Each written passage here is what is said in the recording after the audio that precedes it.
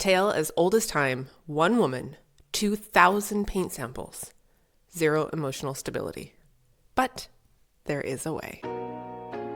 So you're in the indecisive phase of interior design. Welcome, you're not alone. In this video, you're gonna learn 3 things: how to build trust in your design eye and make decisions that you'll actually love, how to implement a framework that actually makes choosing easier, and how to test your taste before you spend a dime. And if you stick around till the end, I'll share with you a 30-minute clarity hack, the exact trick that I share with my clients when they are stuck in a perpetual decision doom scroll. Let's start with why this is hard. You're not in indecision, you are in overload. There's a big difference. Trying to pick a tile while juggling a job, a career, a toddler, and all the things this season of life throws at you. Interior design as an industry and social media as a whole doesn't exactly help our case. We're bombarded with choices, trends, influencer opinions, Pinterest algorithms. We're absorbed every day by this idea that there's a right choice, and if we haven't made it, that we're wasting money or that we've failed. And worse, we've internalized this idea that other people know better than ourselves. Design isn't about getting it perfect. It's about aligning your decisions with the way that you actually live and your day-to-day needs. Wholehearted confession, I've made the wrong decision plenty of times. A white paint that turned blue in the wrong light, a rug that ended up shedding like a golden retriever in summer. It happens to the best of us, but I learned how to stop spiraling and start trusting the process. And I'm going to show you how to do it too. Lesson number 2, we are going to build a design framework that actually works. Here's the magic formula that changed everything for me and my clients. We're going to start with function, we're going to move into our feels, and then we're going to select some favorites. Function first. What does your space need to do for your life? This might seem simple, but this is where a lot of us get overwhelmed because admittedly, it means coming face to face with the deepest, darkest ways that we actually live. If you don't put your toothpaste in the drawer and it lives full time on your counter, that is perfectly okay. Whether you aim to have it put in the drawer or whether you want to accept the fact that it's on the counter, design works for you either way. Your chaos is not something to be ashamed of, it's something to take note of so that you can make better design decisions to support your life. If you have a morning chaos station, or you require a bougie backdrop for Zoom calls, maybe your favorite part of the day is finding a cozy hideout to dip into a good book. Be brutally honest here, your Pinterest board doesn't know your laundry routine. For myself, I used to be so critical about our laundry schedule, and I would get so up in arms if piles started to accumulate in our house. It would start to internalize and fester. I would start feeling like a terrible wife, a terrible mother, a terrible person taking care of a house, and you can see how it goes dark real fast. So instead of leaning away from the way that we actually live with our laundry, I implemented a bin system where I actually placed bins where all of the piles were naturally accumulating. Does this mean that there's multiple laundry bins on the upstairs floor of our house? Yes, but does it make it easy for everybody involved in our house and the way that they actually live to get the laundry into the bin? It's a compromise and it's a win, and it's paying attention to the way that we actually move in our home. Next, we want to pay attention to the feel. What kind of vibe do you want to walk into your house and experience? Maybe your feel is calm and collected. Maybe it's bold and creative. Maybe part of you actually enjoys the chaos of a more eclectic lifestyle. Whatever it is, there is no wrong answer here. The way that you live is inherently yours. It's what makes you unique, your family unique, and your home unique in the way that it fits you in your life. Every space has a job to do, and just as important as how that job gets done is how it makes you feel in the process. That's a vibe, and it's not fluff, it's your North Star and your secret weapon. Do you want to walk into your bedroom and immediately exhale? That's a calm and collected vibe. Do you want your office to fire up your brain and get creative juices flowing immediately when you walk into the space? That's bold and creative. Do you want your kitchen to feel like the heart of your home, always ready for snacks and stories and a little bit of chaos? That's warm and lived in and family first. When you know the feeling you're designing for, you stop choosing what just looks good and start choosing what feels good to you. Start by naming 3 words that describe the vibe you want, like grounded, fresh, and cozy. Keep them visible while you design, and everything that you're choosing should exude that feeling. Next, we're going to dip into your favorite 5. This is your go-to design DNA. Here, we're going to choose 5 design elements that you are drawn to on a continual basis, whether you've said it out loud or not. It could be a material like light oak or linen or concrete, a finish like aged brass or matte black or a glossy white. It could be a shape like clean lines, organic curves, or vintage detailing. It could also be a pattern or a texture like cane or velvet, or even a checkerboard or a check pattern, or just simply a tone, a moody tone, or something bright and energetic. By labeling it and taking it out of your head and putting it in front of yourself during your design process, you're making your goals attainable. These aren't just random preferences, they become your filter. They give you permission to say no to things even though they're objectively in trend or quite beautiful. They're just not your own vision. And that is perfectly okay. How you're going to build your favorite 5 is by going to that endless Pinterest board I know you have. Scroll through your pins and your screenshots and notice things that you've actually saved, patterns that start to repeat themselves, materials that you see over and over again. This is your design mind eye telling you exactly which direction to go in. We're going to choose 5 of those elements. We're going to print them out on your home printer, old school, and pin them up on your design board. Now, every time you bring a sample home or a pattern or you see a product that you want to purchase to put in your home, you've got a clear and stable reference point, a tangible place outside of your screen where you can hold something up and see if it aligns with your vision. This is also where you're going to put those 3 words that we described earlier. Pin them up on a piece of nice watercolor paper, hand script it, calligraphy, or just jot it down on a post-it. It really doesn't matter. Because the brilliant part about this trick is that now you have something to hold up your tile samples or your paint color options. You can ask yourself, does it serve the function of my space? Does it support the feeling and the vibe that I'm after? And does it fall within my favorite 5? This one filter trick will save you time and about 73 trips to Home Depot. I know this because I've done it myself. Lesson number 3 is to test before you invest. There is nothing that spikes anxiety more than spending $700 on a light fixture and have it feel completely bland and not at all you the moment it's installed. Most people think you have to be 100% confident in making a design decision before you act. But the truth is that confidence is built in the testing and the doing. I've said this time and time again in every single YouTube video. The only way you're going to build design confidence and renovation confidence is by doing. Pick up the hammer, pick a paint color and slap it on the wall. See how it makes you feel. Not only are you going to gain confidence in making design decisions throughout your home, you're also going to gain confidence when you mess up because it's bound to happen. But in design, testing is where confidence is built. You're not stalling here, you're gathering data. And you can do that beautifully without spending a cent. Here are 4 tactical and easy ways to try before you buy.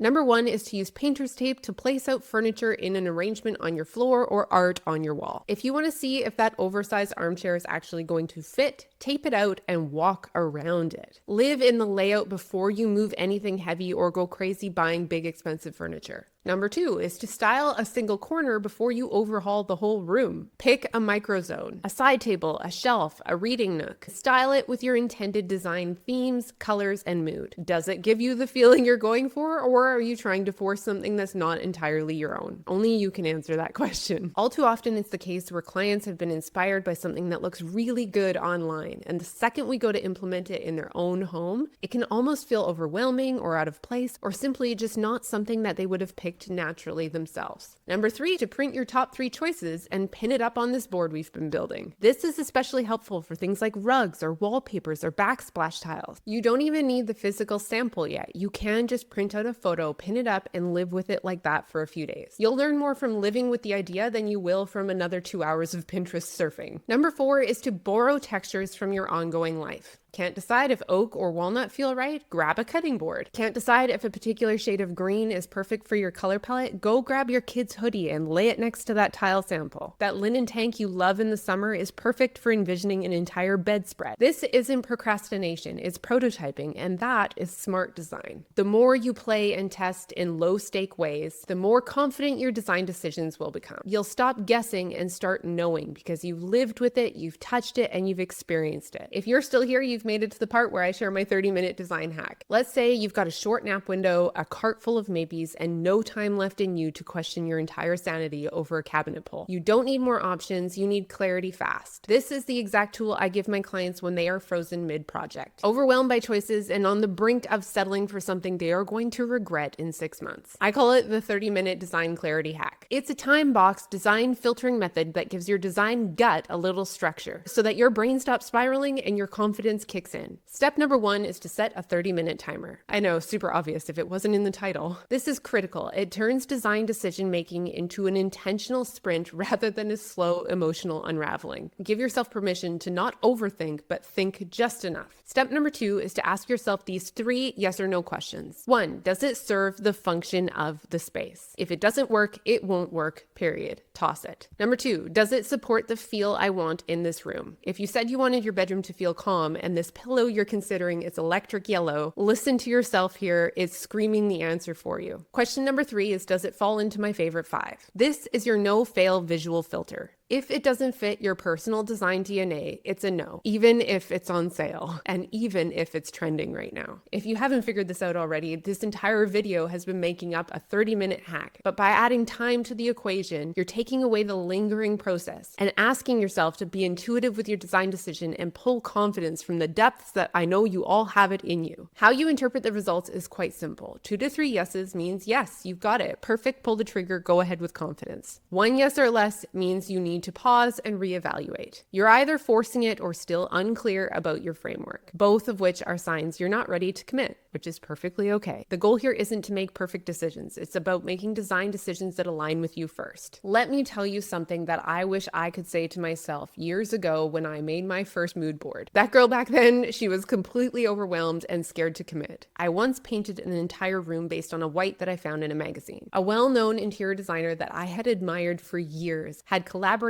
with a paint company and put together an entire collection. I was like a moth to a flame. It didn't matter what color. I just wanted to be able to say, this particular designer picked out my paint color. In all of the advertising for this particular shade of white, it looked perfect, absolutely divine, the perfect creamy white. In my own home though, much to my own dismay and really trying to wrap my head around convincing myself that I loved it when I really didn't, all it looked like was a hospital waiting room. I cried a little bit inside, returned to the paint store and picked something much brighter and fresher that reflected my own personality. A color that actually worked for my own interiors, for the way that I live, for the furniture that I already had. In the process, I unlocked a design confidence I didn't know I had and became my own little design rebel. Because confidence and becoming a design rebel for yourself is not about never messing up. It's learning about how to course correct with grace, to test and learn and try again, and to trust your eye a little more every single time. In the end, you're not just decorating a room. You're building a home that reflects your real, evolving, totally worth trusting self. As always, thank you so much for being here, for supporting my channel, for subscribing to it and commenting down below. I am here for all of the design conversations that you'd like to have. If you want to get involved with ongoing life and daily chaos, go over to Instagram at Paige Gray Studios and check me out there. I share my ongoing life, my interior design studio, and the chaos that is continually unraveling in amongst both. Thank you so much for being here. Let's go check out the next video together.